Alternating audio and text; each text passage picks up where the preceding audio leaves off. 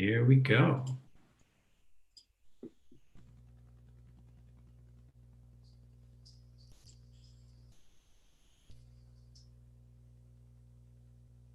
Okay, I think we are live. So welcome everyone to our FAQ live event. This is the latest in an ongoing series that we've been doing here at VTDigger. Our topic tonight is the road ahead for Vermont schools. We're going to be talking about both challenges and successes of the past year and how we move forward from it. Before we get into that, I just want to remind our audience tonight that VTDigger is in the middle of our spring membership drive. We're partnering with the Children's Literacy Foundation to send one book for every member donation we receive this month. So if you appreciate what we do, whether it's events like this or the news we publish every day, we hope that you'll support it at whatever level is best for you. Right now, we actually have a match going. Our goal for the end of this week is to get to 1,500 members. And if we hit that, we'll unlock $10,000 from some generous donors. That would be a huge, huge help to our overall fund drive this month. You can donate by going to vtdigger.org/books. You'll become a member and we'll send one book on your behalf to a Vermont kid. So thank you. Now to get into our topic for tonight. Since the start of the pandemic, experts have warned that students, and particularly those who are younger and from lower income families, would suffer from the loss of in-person schooling this year due to COVID. Lately, we've seen this narrative really become mainstream. Right now, the current cover of Time magazine refers to the past year as a lost year and says a generation of students are forever changed. But our panelists tonight say that COVID has brought some successes alongside some obvious challenges. And the past year might reveal how Vermont can move towards an education system that works better for students and for school communities. It also helps that there's about $500 million in federal aid coming to Vermont schools too. So we're going to talk about that. We're also going to try to answer your questions. We've had a number of people submit questions ahead of tonight's event. So thank you if you're one of those people. With that, I'm going to introduce the panelists that we have tonight. We're really excited to have everyone here. Thank you all for joining us. Our panelists you're going to see on screen, and we'll hear from everyone in just a minute. Maybe I'll ask you to just kind of wave to start. Our panelists tonight, Amanda Garcés of the Vermont Human Rights Commission, and also the founder of the Education Justice Coalition of Vermont. We have Celilo Swain, a junior at Champlain Valley Union High School. We have Bruce Pandya, senior at U32. We have Deborah Lisi-Baker, formerly of UVM's Center for Disability and Community Inclusion. And we have Michael Martin, the Director of Learning for the South Burlington School District. Thank you all for being here. We're really excited to dig into this topic with you. And I wanted to start with Celilo and Bruce. I want to ask you both, this has been a real year of debate in schools. There's been debates about the health and safety of schools during COVID. There's been debates about learning, how much learning is happening, how much learning is being lost, social, developmental opportunities, extracurricular activities. Seems like each of these things has inspired some debate. And as students, you are at the center of all of these debates. And oftentimes it feels like we've heard from you the least. And so I want to start by asking each of you, what's this year been like for you? What have been the challenges and what have been the successes? Celilo, do you want to get us started? Sure. Like you mentioned in the beginning, it has for me been a mix of good and bad. I'm deaf, and when the pandemic started, some of my classes became easier because having teachers pre-record videos on uploaded to YouTube with captions actually allowed me to access stuff more. And some classes got even harder, like social studies and history, where it relied on live oration. And so I had a mix of good and bad in terms of accessing learning. And one of the biggest initial difficulties was with internet access. I didn't have good Wi-Fi, and so I not only had a harder time in some of my classes accessing the learning, but like the visual and the audio wouldn't be synced. And it's simple things like that that made it much, much harder for me to access my education.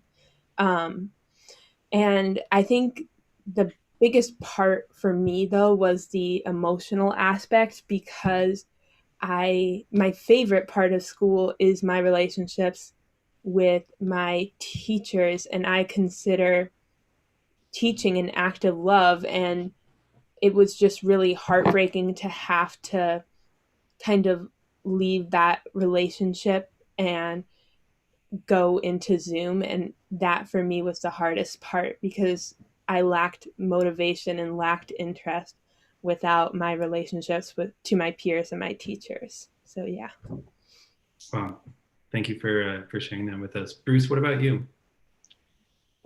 Yeah, I think at the beginning it was much more difficult. It was difficult to transition to U32 is doing hybrid learning. So we're doing 1 week in school and 1 week out of school. And at first it was difficult to, get things done during the remote weeks. It felt very undirected. And it was just overall a challenge. But I think that uh, as I got more into the year, I think that it became much easier. And I think overall the experience has been challenging, but not extremely. And there have been some classes that I haven't been able to take. I wasn't able to take. Well, I started the year off taking a chorus, but it's of course very difficult to do chorus over Zoom, and we didn't really get to do much actual singing, for example. And I ended up having to drop that class because it was just difficult to keep up with remote work in a class like that. But I think that overall my experience has been all right, but obviously not ideal. Right, right. I want to jump to you, Michael. You have written recently about the pitfalls of framing this year around the negative impacts to students. And I want to ask you, what's the danger there, and what alternate narrative would you propose? Yeah, thank you, Mike. I just wanted to start by saying, that it's been a tough year, right? It's been a tough year and a half, that families have suffered, students have suffered, schools have scrambled, and schools have really been trying to do the best we can. And we, I really appreciated the comments from students on this panel. I just want to acknowledge, like, there's been lost instructional time. There have been serious challenges to access when you think about broadband access around our own state. When we think about communication with families, especially families whose first language is in English. There's been too much screen time. There's been the challenges around learner engagement, and especially this feeling of being disconnected. So I just want to acknowledge those challenges. And however, I think that the answer is not to throw a bunch of remediation at students. I think there's an incredible opportunity right now for us to rethink how we want to rebuild community in schools and how we want to redesign school based on what we've learned and some of the silver linings that we just heard from our students. Thanks. And that's all stuff that I think we're going to really dig into in a little bit. I want to ask you, Deborah, I know that you've been working with schools for a long time. You've worked with schools on issues of things like mental health and trauma from even before the pandemic. And I wonder where you fall on this question of kind of how we begin analyzing the impacts of COVID. I think that it's important to put this last year in the context of things like disability and mental health and trauma issues in a longer span, because even in 2019, if you look at the statistics of Vermont youth students and their experiences with mental health and well-being, a very significant number of students were dealing with depression or a feeling of hopelessness. I think, if I remember correctly, it's 31% high school students, and maybe 24% of middle school students expressed those things in a health department study. And just before the pandemic started, Amanda asked me to go and meet with her to go to a local elementary school. And the principal, the amazing principal, is totally committed to inclusion and having a school climate that really works for kids. But his real big concern was, how do I help these students deal with some of the mental health and trauma and the complex issues that they're dealing with that just feel overwhelming to them. And then the pandemic hit. So I think it's important to realize that many of the things that are really being exposed as challenges are things that were challenges before. They're just more visible now, and that we need to take what we've learned about what we can do to create solutions with students and with families and with educators and with community partners, and not look at just a deficit orientation, but really think, just as Michael has said, what solutions, how can we come together and really build some real partnerships that mean that both for the rest of this pandemic, which may go on for a while, and in any future pandemics, we've built some capacity we haven't had before, and we can sustain that, and we can truly have, as Celilo said, a loving, a trusting community network that we're working together with to make school something that feels safe for all students. And I think that for some students, they've talked about how mental health they felt really challenged by the social, what one student said yesterday, social disconnect. So that's been a real challenge for students, and also younger students, not being able to be face-to-face. That's a huge challenge for younger students. But at the same time, for some students, if they've been in environments where they felt bullied, or they had to fight to be heard, or to feel like their identity was respected, then there's been a bit of relief. So they're balancing two different things, both the challenges and the potential losses, but also some of the reprieve that just having a little space for themselves. And for some students, that's worked really well. So I think I'm hoping that we can take some of the innovation and tremendous commitment that educators and families and students have shown, and use it to move forward even more in terms of where we need to be. I really echo what Michael just said. Amanda, what do you think about what's been said so far? I mean, how do we work towards kind of finding that balance? Yeah, I mean, I think I just want to highlight this conversation around many of the issues that have sprouted have roots. They've been there all this time. All of them. They just hadn't, been up as we see them now. So COVID really exacerbated some of these issues that we've had for a long time. All of these conversations around mental health, social emotional learning, having inclusive environments, all of that were conversations pre-COVID. And so I think that the beauty of this moment is to really look at, how do we transform? How do we shift the system? How do we say, it wasn't working before? We cannot be talking about coming back to normal. Normal wasn't good for many kids in our districts. So it's just like really shifting the conversation. So I am not an educator. I am a parent, and I am very involved in schools. I'm also the one of the co-chairs for the Act One working group, which is looking at educational standards. Michael, Bruce, and Celilo actually are part of the working group as well. And, it's really tied in. Some of the work that's happening in the state is really looking at transformation. And this is a perfect opportunity to really look at, together, how do we transform an educational system that wasn't working for all before the pandemic?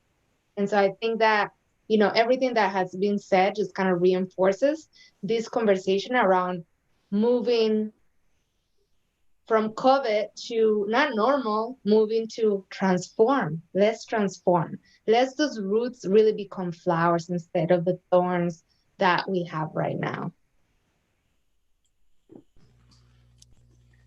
Thank you. I want to move to some questions that we've gotten from readers.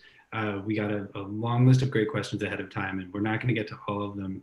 I want to start with one from Ben in Worcester. He's a teacher again, sent us several questions, and all of which were valid and really helpful. But I want to focus on one that I think kind of gets at what you've all sort of mentioned so far. He said that, despite some of the kind of negativity that's been talked about with this year and with remote learning, he says parents in our program largely report that their children are thriving. They love school, and the remote experience has been largely successful. How do we reconcile these two pictures? What can we take from the good and mitigate from the not so good? Amanda, I think this relates a lot to what you were just saying. I wonder if you could get us started. Yeah. Well, I think that is about transformation, right? It's like what COVID did was force us to rethink many things, and to, as someone said, we had an event yesterday, someone said, like, force imagination.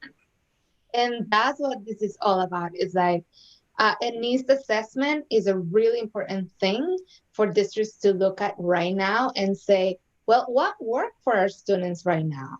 Those kids that thrive when before they were isolated in the school system, like now thrive through the virtual learning. How do we support them now, right? Like, how do we give them those things? Celilo was just talking about that, right? Like, some of our classes got so much easier. So how do we take those lessons and say, our kids need this, let's make it happen? So I think there's no such thing as ors. There's only ands. And that's what this next stage is like. What are those ands that we need to work with? So Lila, when you when you hear someone talk about the kids in their program largely thriving, does that square with what you've seen in your school? Do you feel like the majority of students there are thriving, or does that seem I don't know. I wonder how that description squares with what you've seen this past year. Yeah, it's difficult because with COVID, my communication with my peers has definitely lessened. I, like Bruce, am in a hybrid program, and our classes have grown a lot smaller. So I probably interact with like 10 times as less students as I did before. But in my close friend circle, unfortunately, most of my friends are struggling through this time, and it's for many different reasons, and it's hard to generalize all the causes. But I think going back to what Amanda was saying, like, I just think it's really important we learn from the people who are thriving and the people who aren't. And I, like, as somebody who is disabled, have long been an advocate for personalized learning, because I understand the like, I don't know how much more you can absorb when the teacher understands your needs and adjusts their teaching to accommodate you so that you can thrive. And I think that is the solution to many of these things, is to just have that be normal, where teachers teach to the students and not to this like false neurotypical like idea they have of like what the student body is. Mm-hmm. I want to maybe throw this to Michael as the person who's kind of on the school administrative side here, and ask you sort of the obvious question, which is, why can't all learning in schools be individualized and personal? What's the barrier to just getting the kids who need certain things, those things, and getting the kids who need other things, those other things? Such a good question. I think, I think it's been a goal of progressive education to get there for a long time. And one thing that I'm finding helpful, and I think increasingly in the field we're seeing folks trying to move towards, is this concept of universal design for learning. And the idea being that instead of, as Celilo just pointed out, instead of designing for this mythical average student that doesn't exist and having sort of like this like standardized industrial model of education and trying to shoehorn students into that, to always design for learner variability. And so, it's kind of the difference, like it comes to us from architecture, actually. So, you can you can make a building that's not very accessible and then have to do a lot of accommodations to the building, or you can build it in a way, with wide doorways, with push buttons, with ramps from the outset, right? And so that's the concept. Like, can we design from the outset for inclusion and for learner variability? Instead of having this standardized model that we have to keep jerry-rigging to try to catch people or retrieve people. I really appreciated Celilo mentioning just something as simple as an asynchronous lesson that you can revisit, right? So if the student is able to say, okay, well, I'm going to do 5 minutes of this now and 10 minutes of it later, or I can hit rewind on this video, or I can turn on closed captioning, like if we're in Zoom, I think there have been some benefits, some silver linings just from Zoom. We all complain about Zoom, of course. We all have Zoom fatigue, but on Zoom, like you can just flip on closed captioning, right? And not for a student, but just so that it's there, right? It could just be there. And so I think that's where we're trying to go in the field, is towards designing from the outset for learner variability and for inclusion. And that's very different than doing this industrial thing and then trying to fix it or intervention our way out of it. Deborah, do you have thoughts on this? Yes, I was really delighted that universal design for learning is being discussed, because that comes from architecture, but also from the disability rights movement. And it's been so exciting to meet with teachers during this time and have them talk about how universal design has really reframed how we think about learning and how we think about the learning environment. And it's something we've been disability advocates who believe in inclusive design, both in buildings and in spaces, and how we communicate and how we learn, have been saying for a long time. And I think the pandemic has forced us to look at what it means in virtual learning spaces and in other spaces. And I'm hoping people will come back reinvigorated, whether you're in a shared physical space or you're doing work virtually, to really think about inclusive design and universal design and what it means for individualized learning. And I think that I was thinking of Bruce's comment around chorus, and because I listened to Bernie Sanders' meeting with youth talking about mental health issues recently, and a few of them mentioned how important theater and dance and music was to them. And I think we need to take the things that were still challenging during the pandemic and say, how can we plan for them to be really dynamic, both when we're able to be in similar space together, physical space together, and when we need to do things online, and take what we've learned to try to move forward in making an inclusive experience and a wonderful experience for students, no matter what environment we're in. So I think that's it's a real opportunity. And I think if we see students as not just clients but to see them as equal partners in creating what needs to be in place, that we're working collaboratively because they have their own personal identity and experience with learning, helps shape how we need to reshape the learning environment. So and what that means in terms of the role of teachers and educators and other support work people in the schools and in the community. So I think it's very exciting. And that's the kind of thing that I'm really hoping we won't say, okay, this is over, this year is done, and then just not forget that we need to plan for this kind of capacity in the future. And even businesses are thinking this way. They're not thinking about going back to the old normal. They're thinking really that their way of doing business has changed, and we have to prepare students by allowing them to become as creative, whether they're in a space together physically or whether they're working through distant strategies. So that that sounds like a substantial amount of change potentially. And one of the things that we've gotten a number of questions about is kind of how we measure success as we go through this process. And not only that, but how, what metrics we have at our disposal to begin with. I want to ask one question from a reader about standardized tests. And Bruce, I would love to get your take on this first, because I know you got to log off in a few minutes. This comes from Scott in Arlington, and just asks, why do state education leaders believe that students need to take standardized tests this year? He says, enough talk about the data. We are talking about students' social and emotional well-being during this pandemic. And Bruce, I wonder if you could give us kind of the student perspective on this. Standardized tests, whether it's this year or in general, do you see that as something that should be happening? Is this helpful to the structure of how you're learning, or not? What do you think?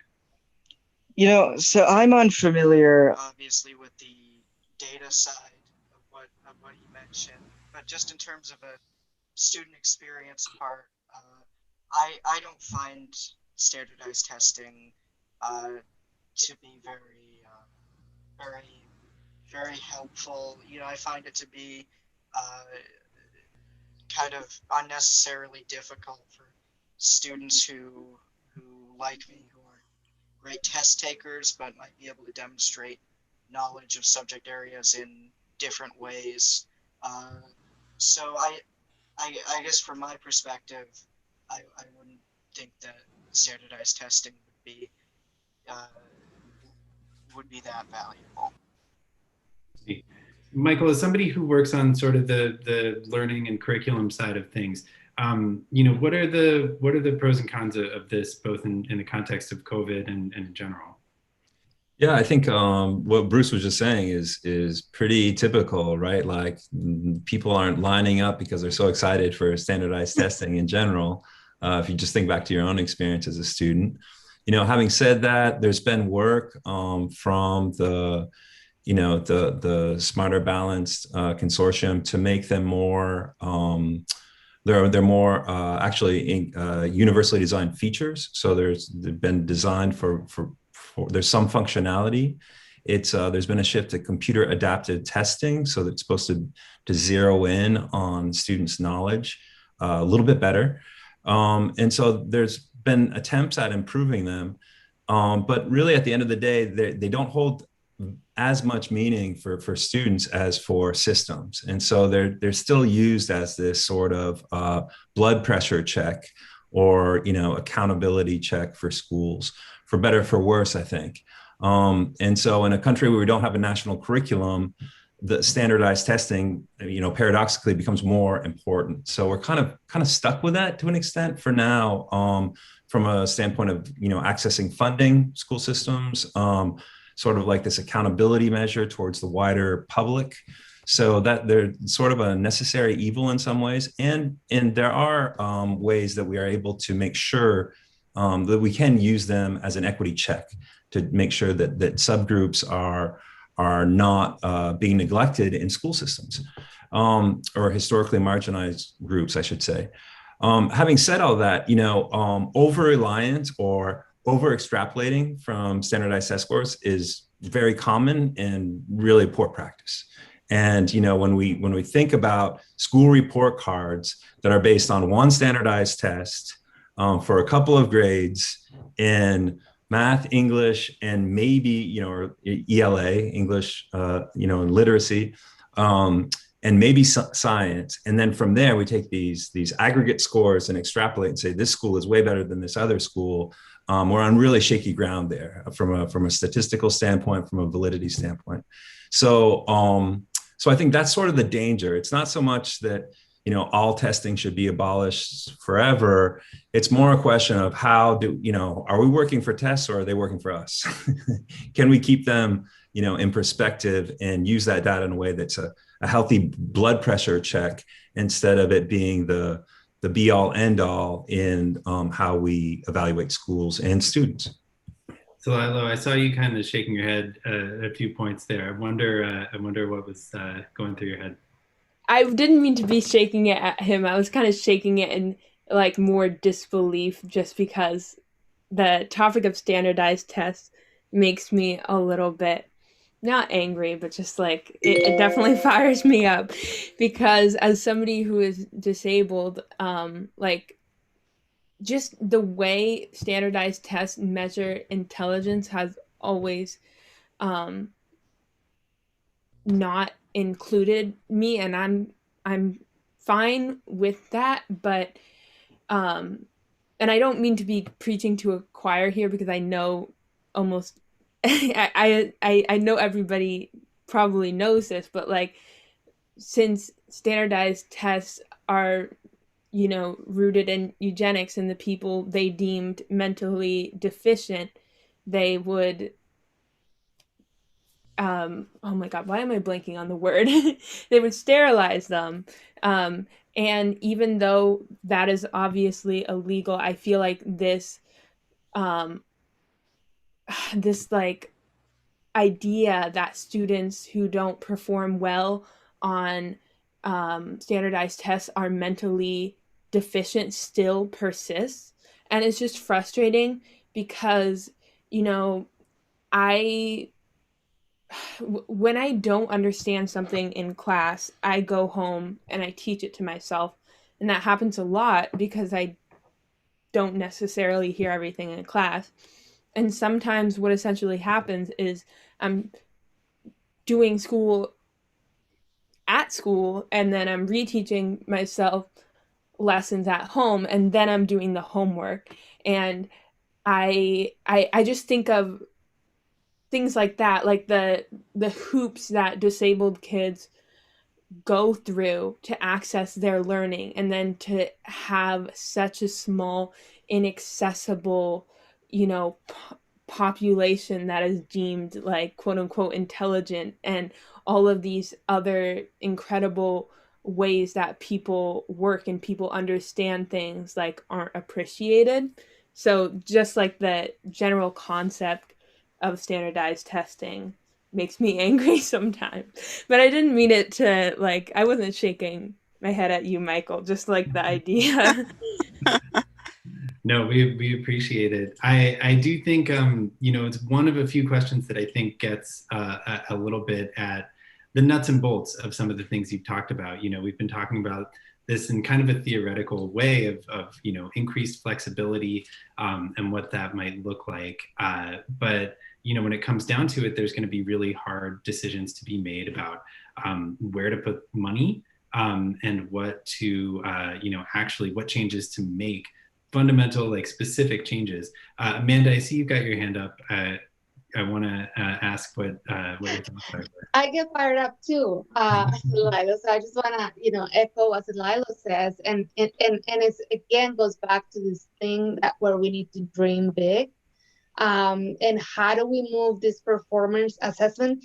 As someone who came here without English, I am totally mortified with testing. And this is because of the education system. And I blame the education system for having the student loan debt that I have, because I was so afraid of taking tests that I chose a university that didn't give me testing. So this is how these systems like put in place multilingual families that like don't speak English, who are just learning a second language, who are brilliant, by the way, in so many other ways. But we put them in these boxes of standardized testing for money, as Michael put it. Like, this is how you access federal funds, by testing these children in these systems that are not working for all, right? And so it's like, how do we envision creating culturally relevant and equitable local assessment systems that rely on minimal standardized testing? And this is from a good friend of mine who's really doing some work in the state, like thinking about this.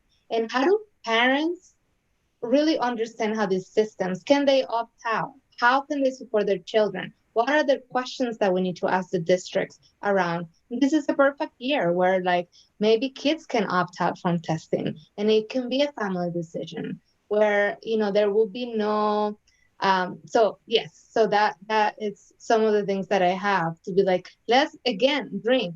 What are the local assessment systems that really uplift all of our children? What are the approaches that we can take in all of this, from literacy to like all of it? Like, we need to rethink all of the systems, specifically how we define our students based on this flow of standardized tests. So sorry to disagree with my dear friend Michael Martin, who I admire and appreciate so much. But like this is one of the topics that I feel passionate about. Well, I want to take a minute and kind of bring this back to COVID. If I can kind of try to connect the dots here, it sounds like what I'm hearing is that because we know that this is a year where kind of any statistics we have are going to sort of be statistical anomalies, that this is the perfect representation of what you said, Michael, of not over extrapolating from that data, because we know that it's not really going to tell us all that much because the circumstances were so unusual. Is that kind of what I'm hearing here?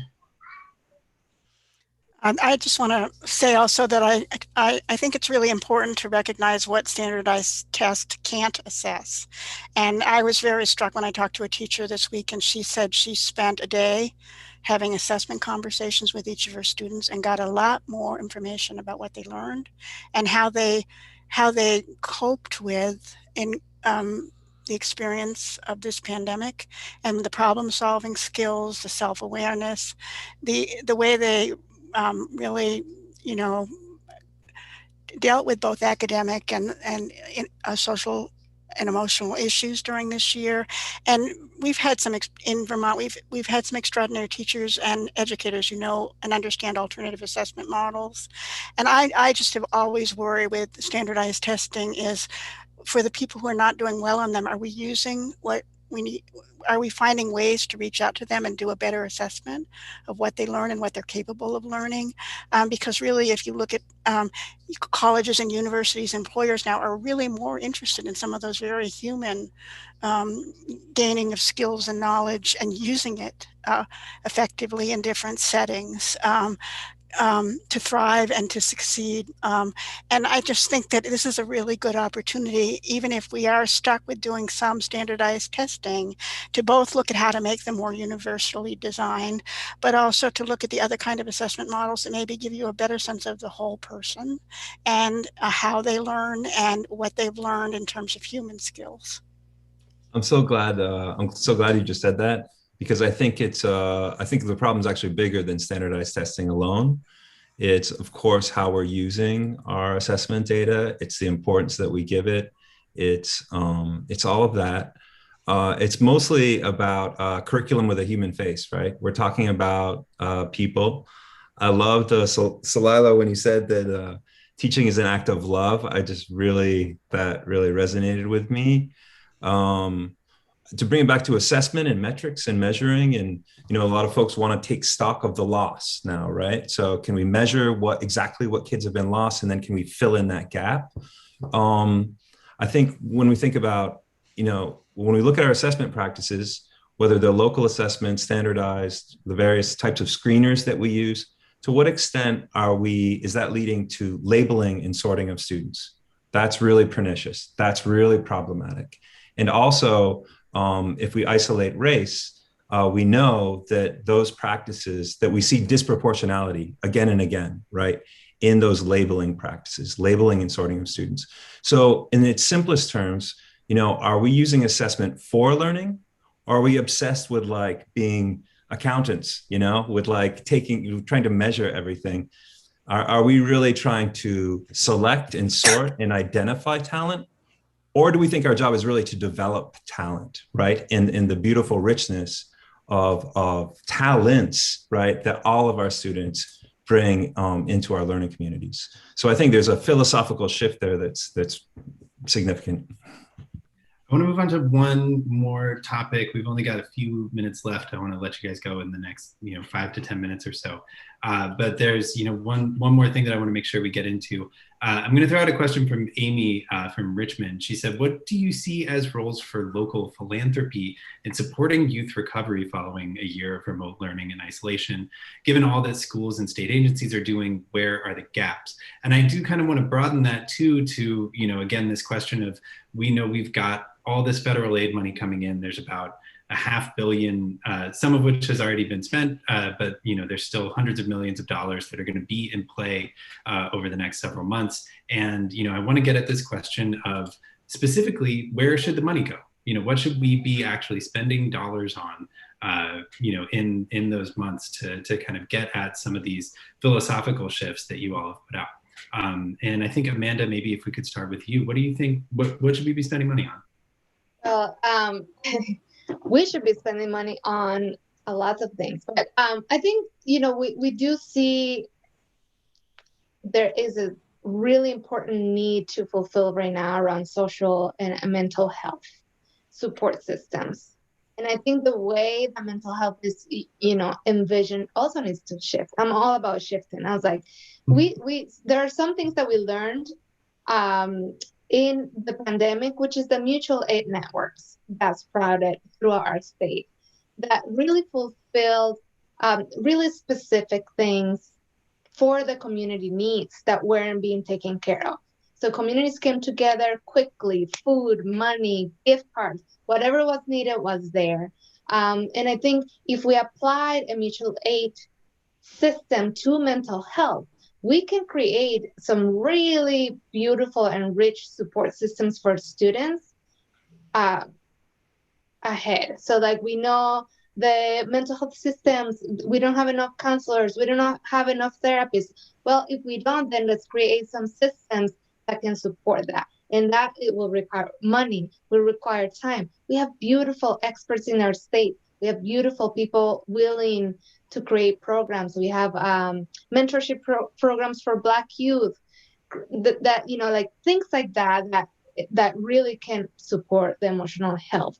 And that's where some of the money, I think it's going to be really important to fulfill those needs on mental health so that we can really shift our kids and love them and support them. And also supporting the teachers. And I just want to just give a shout out that it was really hard for teachers, and we see you and we know how hard you worked.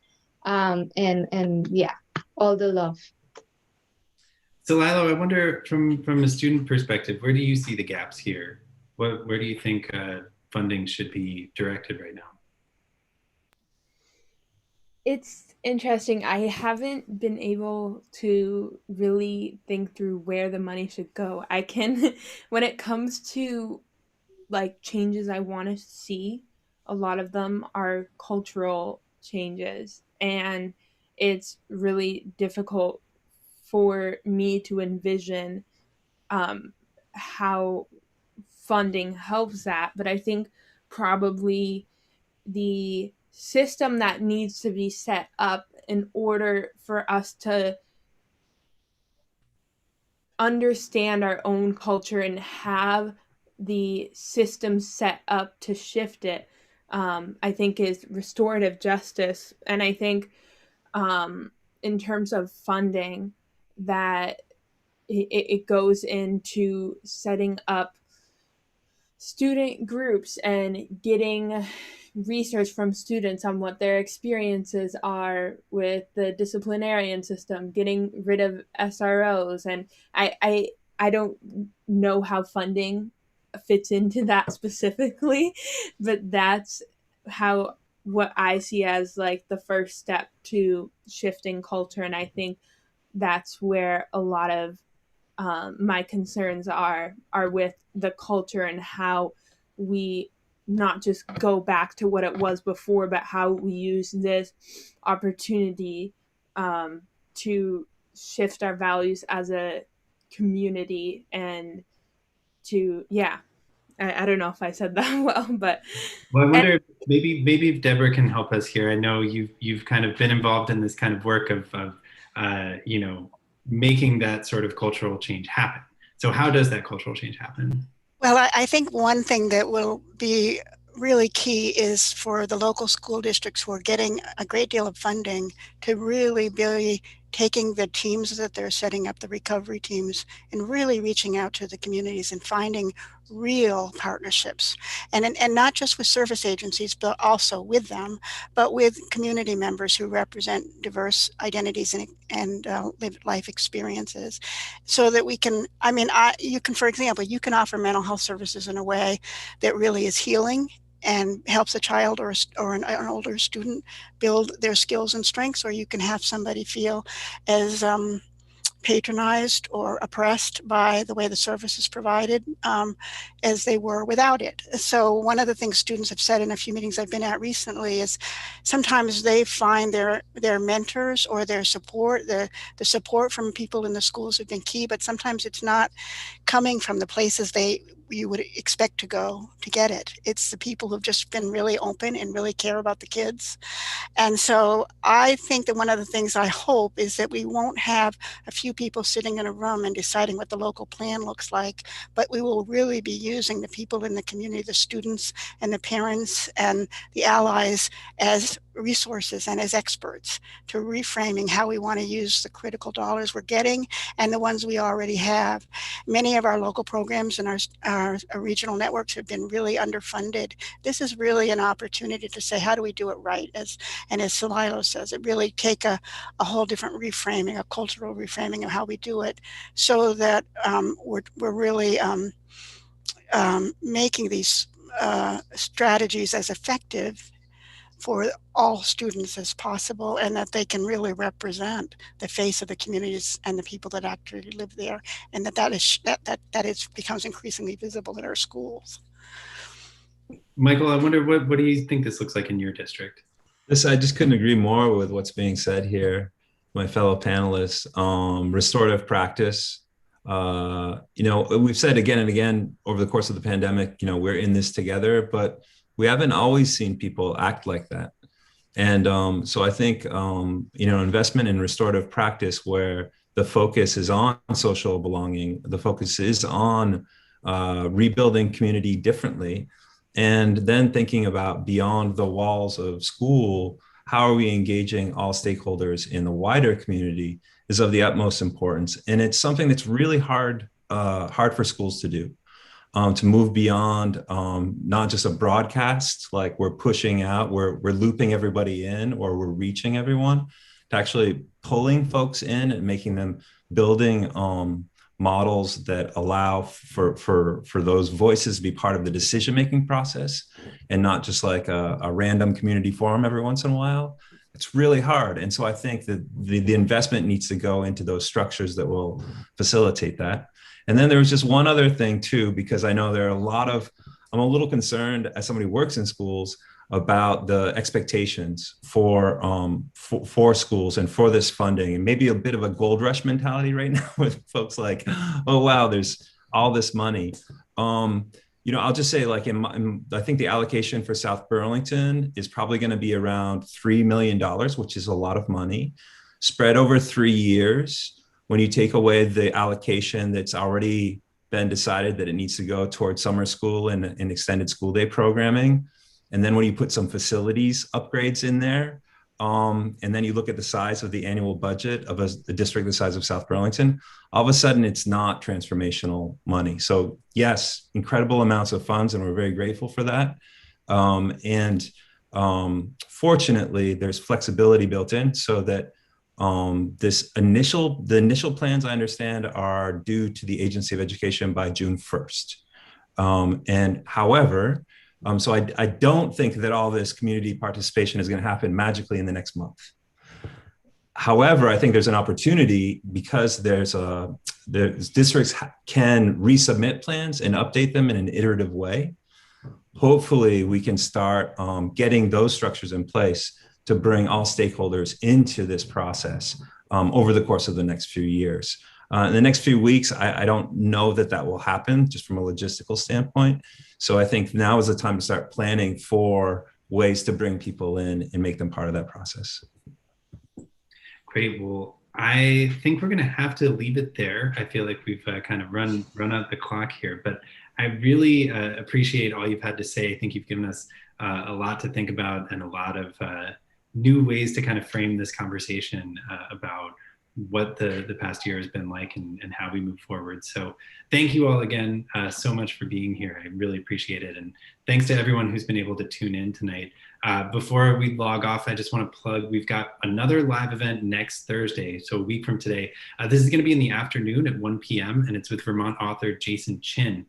Jason is an award-winning children's book author, and in this session, he'll be taking viewers behind the scenes of his beautiful and informative books. So join us, bring your kids. It's going to be a really fun one. You can find the info at VTDigger.org. You can RSVP to let us know you're going to be there. Thanks again to all of our panelists for joining us tonight. I really so much appreciate all of you kind of sharing your experiences and your thoughts. Certainly has given me a lot to think about. And so I really appreciate your time. And I think we're going to leave it there. Thanks again.